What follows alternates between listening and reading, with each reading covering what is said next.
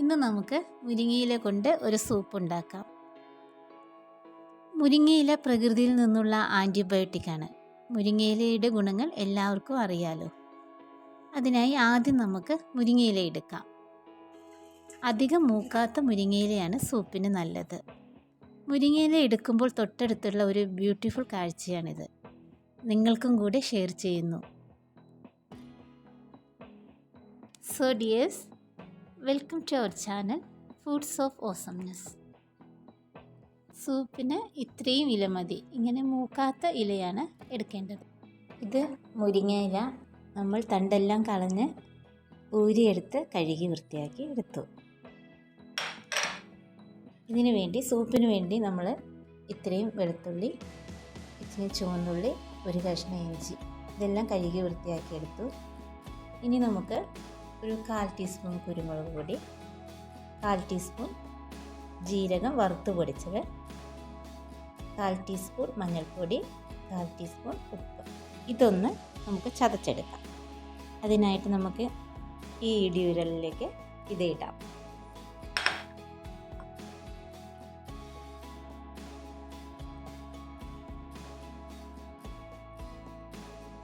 ഇത് ചതച്ചെടുക്കാം. നെയ്യ് ഇതിലേക്ക് ഒഴിക്കും.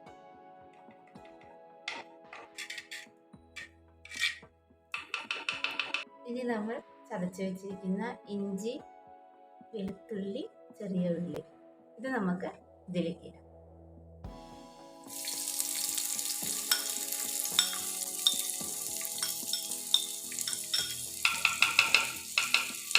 ചെറുതായി ഒന്ന് മൂപ്പിച്ചെടുക്കാം.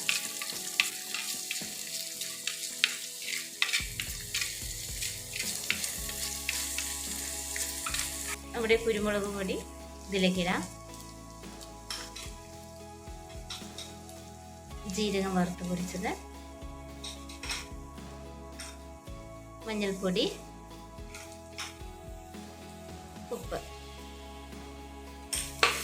ഇതൊന്ന് നന്നായിട്ടൊന്ന് വഴറ്റും.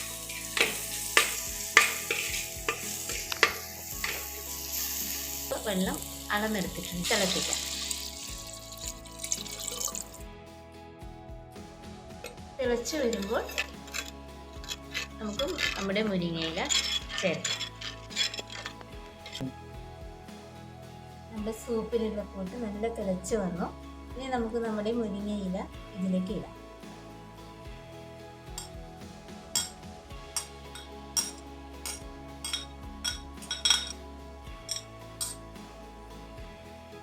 ഇനി നമുക്ക് സ്റ്റൗ ഓഫ് ചെയ്യാം.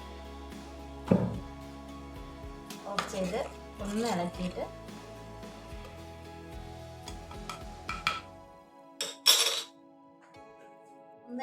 നമുക്കിത് ഒരു 5 മിനിറ്റ് ഒന്ന് അടച്ചു വയ്ക്കാം. ഇനി നമുക്ക് തുറന്ന് നോക്കാം. നമ്മുടെ സൂപ്പ് റെഡിയായി. ഇത് നമുക്ക് ഇങ്ങനെ വേണമെങ്കിലും കഴിക്കാം, അല്ലെങ്കിൽ ഇത് അരിച്ചെടുത്തിട്ടും കഴിക്കാം. ഇതിങ്ങനെ അരിച്ചെടുത്തതിന് ശേഷം ഇതിങ്ങനെ പ്രസ് ചെയ്യുമ്പോൾ ഇതിലുള്ള എല്ലാ ഗുണങ്ങളും അതിലേക്ക് നമ്മുടെ സൂപ്പിലേക്ക് കിട്ടുന്നു. ഇനി നമുക്കിതൊരു ബൗളിലേക്ക് ഒഴിച്ച് സെർവ് ചെയ്യാം.